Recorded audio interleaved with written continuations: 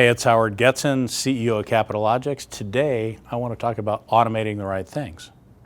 So this is interesting because we live in the golden age of exponential technologies. Everything is getting better faster.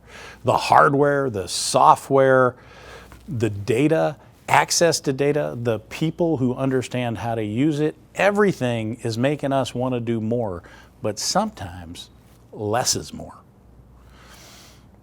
My data scientists continually caution me against combinatorial thinking.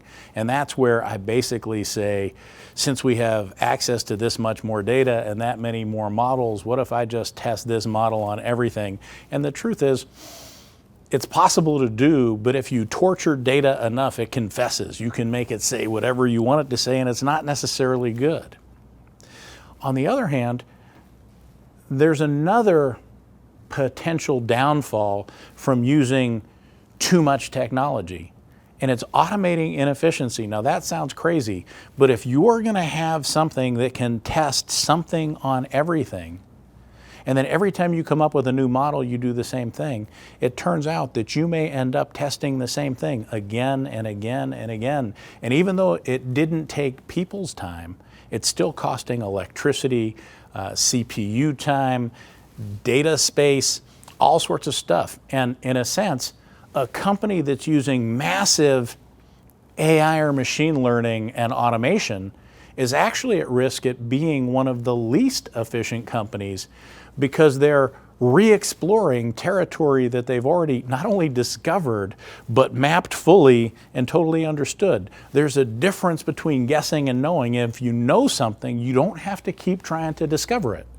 So if you create a new model, why have it learn something that you already know? You got to find a way to draw a map of the territory and say, we've already figured this out, so I'm going to block that path.